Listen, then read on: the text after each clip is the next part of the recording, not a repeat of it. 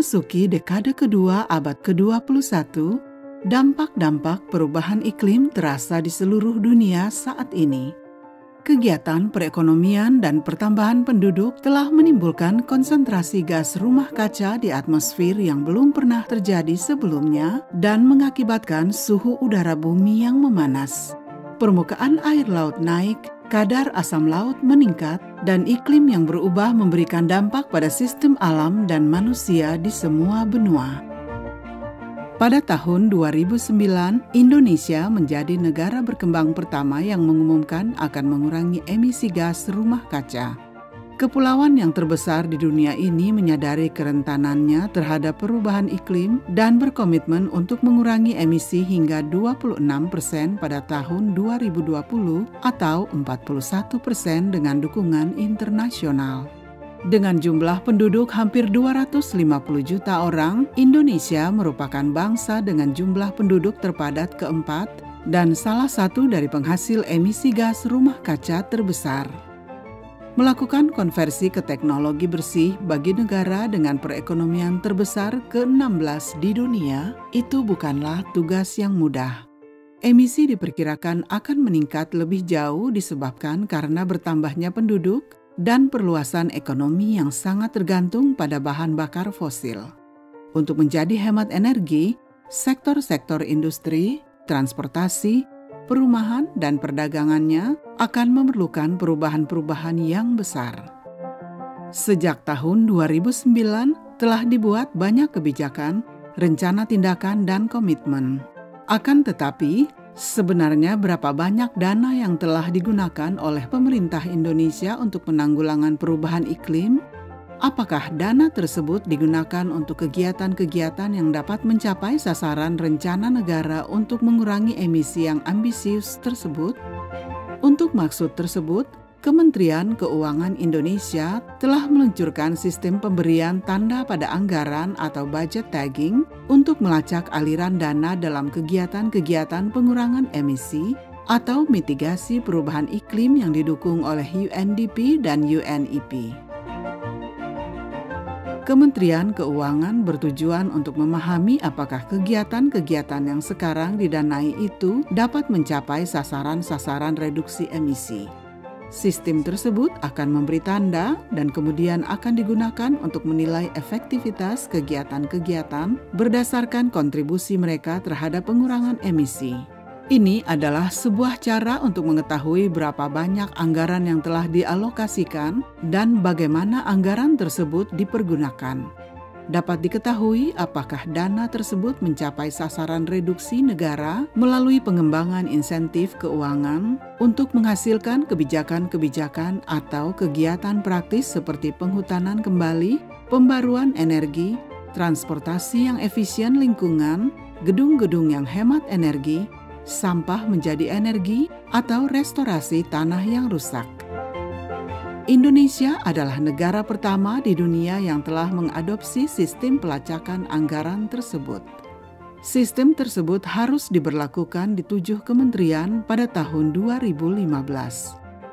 Nah, budget tagging bisa membantu pemerintah di dalam mengontrol perencanaan yang dilakukan oleh KL dan pembiayaan yang diberikan oleh pemerintah di dalam melaksanakan aktivitas tersebut, sehingga bisa pada akhirnya bisa membandingkan antara perencanaan dan implementasi serta output yang dicapai dari masing-masing kegiatan tersebut terkait dengan misalnya dalam hal ini adalah berapa besar dengan mengeluarkan budget sekian, berapa besar emisi yang akan diturunkan. Agar setiap alokasi anggaran terhadap kegiatan apapun juga, termasuk misalnya kegiatan yang mendukung mitigasi ataupun adaptasi, itu sudah ditandai dengan sebuah kode tertentu. Apakah dilaksanakan atau tidak, itu juga dapat diketahui dengan kode-kode yang ada di dalam kode program dan kegiatan. Ini salah satu contoh bagaimana alokasi anggaran untuk tahun anggaran 2015 terkait perubahan iklim kontribusi APBN secara nasional itu sebesar 45,3 triliun. Nah, angka 45,3 triliun ini kita dapatkan melalui budget tagging. Jadi aspek transparansi, aspek akuntabilitas itu dapat dikawal oleh masyarakat selaku stakeholder. Saya pikir dengan menerapkan satu budget tagging itu akan membantu pemerintah untuk lebih mengefisienkan budgetnya, sehingga hanya kegiatan-kegiatan yang cost efektif yang akan dibiayai. Menggunakan anggaran pemerintah dengan bijaksana dan menetapkan insentif dan disinsentif yang benar diharapkan akan mendorong para investor dalam bidang teknologi yang mengurangi emisi gas rumah kaca.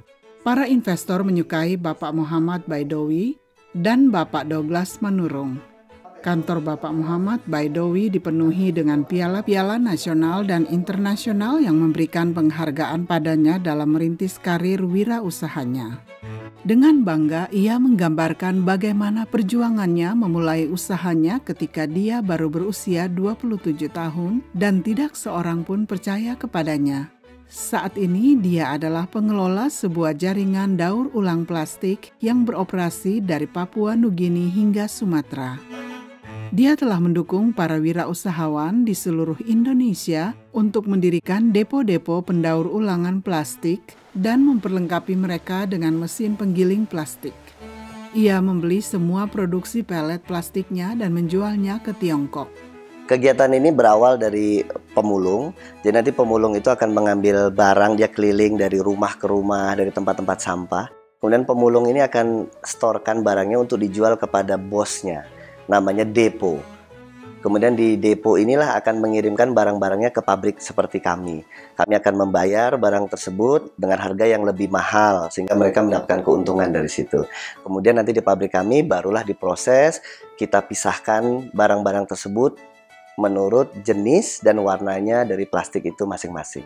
Itu akan bekerja ibu-ibu yang akan mengupas tutup botol dan labelnya dipisahkan sesuai jenis dan warnanya masing-masing. Kemudian dimasukkan ke dalam mesin penggiling untuk digiling plastik tersebut. Setelah menjadi cacahan, kemudian akan dicuci, dibersihkan, lalu kemudian ada proses untuk pengeringan. Dikeringkan barangnya, kemudian nanti setelah kering dimasukkan ke dalam karung. Sebagian barang ada yang kami buat menjadi barang-barang jadi seperti sapu, tetapi sebagian lagi berupa scraps kita akan ekspor ke China.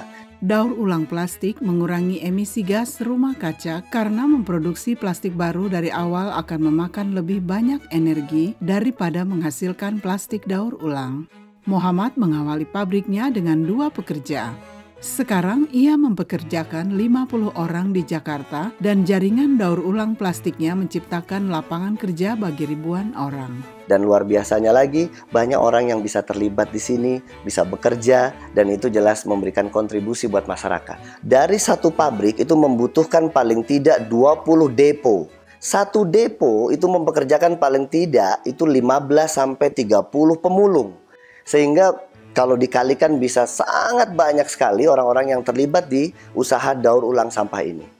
Douglas Manurung adalah Direktur Pengelola TPST Bantar Gebang, sebuah fasilitas pengolahan limbah yang bekerja di Bantar Gebang, sebuah tempat pembuangan akhir yang terbesar di Indonesia. Perusahaan ini menerima 6.000 ton limbah dari Provinsi Jakarta setiap harinya. Mereka memilahnya, mengkonversi sampah organik menjadi pupuk, dan mengkonversi limbah plastik menjadi pelet plastik yang dapat dijual. Sampah yang membusuk melepaskan gas metan ke dalam atmosfer dan memberikan dampak pada perubahan iklim 20 kali lebih buruk daripada karbon dioksida. Perusahaan Douglas mengumpulkan dan mengolah gas metan yang dilepaskan oleh sampah untuk menghasilkan listrik yang dikirimkan kepada jaringan listrik. Pembangkit listrik tersebut membangkitkan listrik 10 MW dan Douglas berharap akan mencapai 26 MW. Artinya kami bisa tangkap 400.000 sampai 500.000 ton ekuivalen CO2. Dan ini sudah kami lakukan lebih kurang 5 tahun lebih. Bisa kita bayangkan bagaimana banyaknya gas metan yang tadinya ini akan terbang ke udara dan kami konversi menjadi energi listrik yang bisa dimanfaatkan oleh rakyat di Indonesia. Menurut Douglas Manurung, tidak adanya insentif dana membuat sulit untuk mempertahankan usaha.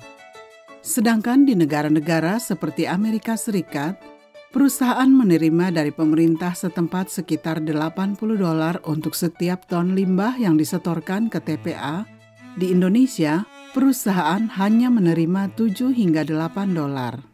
Menangkap gas metana sebanyak 400 hingga 500 ton setara karbon dioksida atau CO2 memungkinkan penjualan 400 hingga 500 kredit karbon melalui mekanisme pembangunan bersih atau Clean Development Mechanism dalam pasar karbon. Ini sebetulnya dapat menambah pendapatan mereka seandainya nilai kredit karbon tidak jatuh dari 14 hingga 0,30 euro per ton pada tahun-tahun lalu. Meskipun proyek-proyek seperti Majestic Buana Group atau TPST Bantar Gebang melakukan pekerjaan yang luar biasa untuk mengurangi emisi, namun pada akhirnya insentif atau disinsentif pemerintahlah yang memungkinkan mereka untuk gagal atau berkembang. Pemerintah perlu mengenali jenis kegiatan strategis yang dapat menciptakan lingkungan yang ramah bagi masyarakat dan investasi swasta yang berhasil. Dan sistem pemberian tanda dan sistem penilaian dapat membantu melakukan itu.